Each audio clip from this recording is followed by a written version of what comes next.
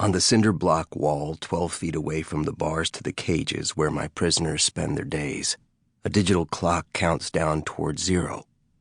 When they saw that clock for the first time, before I pressed the start button to get the numbers moving, it read 58,656. That's how many hours they're going to be where they are. 24 hours a day, 365 days a year, for 2,444 days. 6 years, 8 months, and 11 days. Today, the clock says 49,896. 1 year down. A bit more than 5.5 to go. To celebrate, the three of us are having cake. I say to prisoner number 1, whose name is Sarah, "Happy anniversary." She doesn't answer. I say to prisoner number 2, whose name is Leonard, "You too."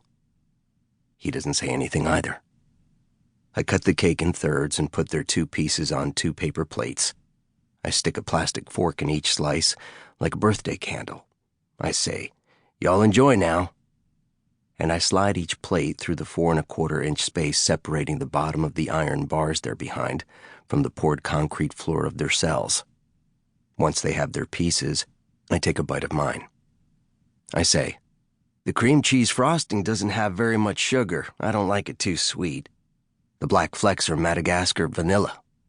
No expense spared." I smile. I say, "Some recipes call for nutmeg, but I leave it out. I'm not a fan." Neither Sarah nor Leonard replies. I'm already planning ahead.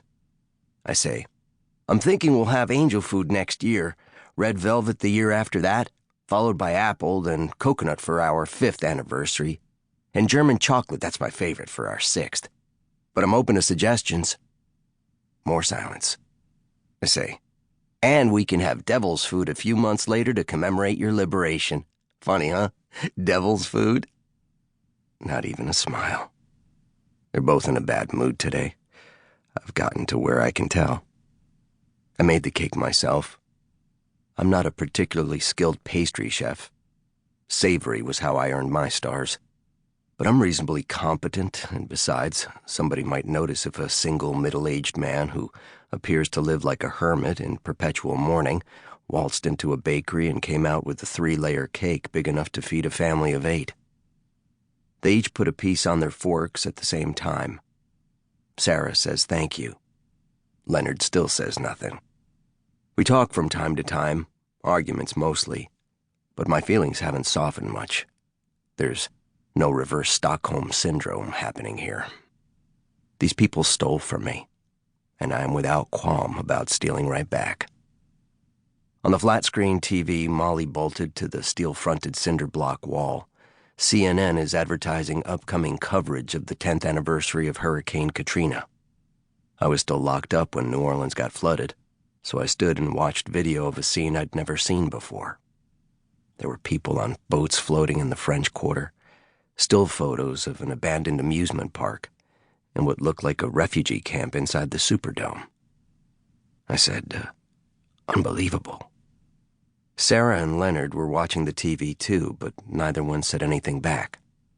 I keep CNN running 16 hours a day down here, off at 11 each night, on again at 7. The first week I had them, I asked whether they wanted Fox or MSNBC. I knew what their answer would be, but I asked anyway. I told them if their decision was not unanimous, I'd make the call on my own. They didn't express an opinion, so I said, "So be it," and I put it on CNN.